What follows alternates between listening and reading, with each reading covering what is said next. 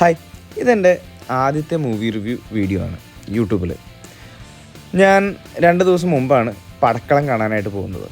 കുറേ നാൾക്ക് ശേഷം, ഏകദേശം എനിക്ക് തോന്നുന്നു ലാസ്റ്റ് ഞാൻ തിയേറ്ററിൽ പോയത് തുടരും സിനിമയ്ക്കാണ്, ഫാമിലി ആയിട്ടാണ് പോയത്. അത് കഴിഞ്ഞിട്ട് കുറച്ച് ബ്രേക്ക് വന്നിട്ടാണ് ഞാൻ പിന്നെ ഒരു സിനിമയ്ക്ക് പോകാനായിട്ട് നിൽക്കുന്നത്. വനിതയിലാണ് ബുക്ക് ചെയ്തത്.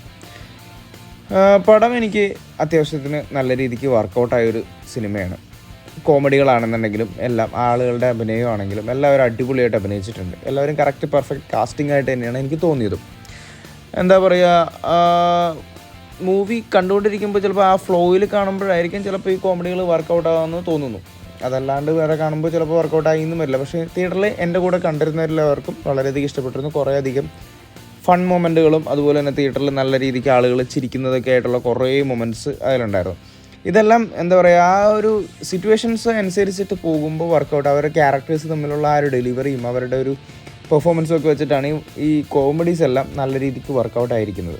ലീഡായിട്ടുള്ള ആ നായകൻ്റെ റോള് ചെയ്തിരിക്കുന്ന സന്ദീപ് ആക്ച്വലി നല്ല രീതിക്ക് പെർഫോം ചെയ്തിട്ടുണ്ട്. എനിക്ക് വളരെയധികം ഇഷ്ടപ്പെട്ടിരുന്നു. കാരണം എന്താ വെച്ചാൽ കോമഡി വരുമ്പോഴും ഒക്കെ സന്ദീപിൻ്റെ ഒരു ഇത് നല്ല രീതിക്കായിരുന്നു. ഒരു അയ്യോ പാവം ലുക്കിലും പിന്നെ കുറച്ച് കഴിയുമ്പോഴത്തേക്കും ഒരു ക്യാരക്ടർ സ്വാപ്പിംഗ് ഒക്കെ വരുമ്പോഴത്തേക്കും സന്ദീപ് നല്ല രീതിക്ക് ഒരു സ്വാഗുള്ള ഒരു ഭയങ്കരമായിട്ടുള്ളൊരു ഹീറോയിക് ഇമേജിലോട്ട് ഷിഫ്റ്റ് ആവുന്നുണ്ട്. അത് നല്ല രീതിക്ക് പെർഫോം ചെയ്തിട്ടുണ്ട് സന്ദീപ്. അതുകൂടാതെ അരുണിൻ്റെ കോമഡിയും അടിപൊളിയായിരുന്നു. അരുണിൻ്റെ കോമഡി പ്രസൻറ്റേഷനും അരുൺ എനിക്ക് പണ്ടുപോലെ യൂട്യൂബിൽ അരുണിൻ്റെ കുറേ വീഡിയോസൊക്കെ എനിക്ക് വളരെയധികം ഇഷ്ടമാണ്. അപ്പോൾ അതും വളരെയധികം വർക്കൗട്ട് ആയിട്ടുണ്ടായിരുന്നു. പിന്നെ സുരാജ്, ഒബ്വിയസ്ലി സുരാജിൻ്റെ ഇപ്പോൾ സ്പേസ് നല്ല രീതിക്ക് യൂട്ടിലൈസ് ചെയ്തിട്ടുണ്ട്. പിന്നെ സാഫ് ബോയ്, അവനും അത്യാവശ്യത്തിന് നല്ല രീതിക്ക് അഭിനയിച്ചിട്ടുണ്ട്. വില്ലൻ ക്യാരക്ടറും അടിപൊളിയാണ്.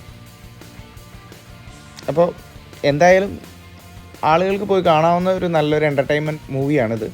ഒരു സിനിമയ്ക്ക് കിട്ടുന്ന ഒരു അപ്പർ ഹാൻഡ് കിട്ടുന്ന ഒരു ടൈപ്പ് ഓഫ് സ്റ്റോറിയാണ്. ലോജിക്കലി തിങ്ക് ചെയ്യുമ്പോഴത്തേക്കും ഒട്ടും തന്നെ അങ്ങനെയൊക്കെ സംഭവിക്കുമോ എന്നുള്ളത് നമുക്ക് സംശയിക്കുന്ന കാര്യങ്ങളാണ്. പക്ഷേ നല്ല രീതിക്ക് എക്സിക്യൂട്ട് ചെയ്തിരിക്കുന്ന ഒരു സ്റ്റോറി ലൈൻ, സ്റ്റോറി പറയുന്നതനുസരിച്ചിട്ട്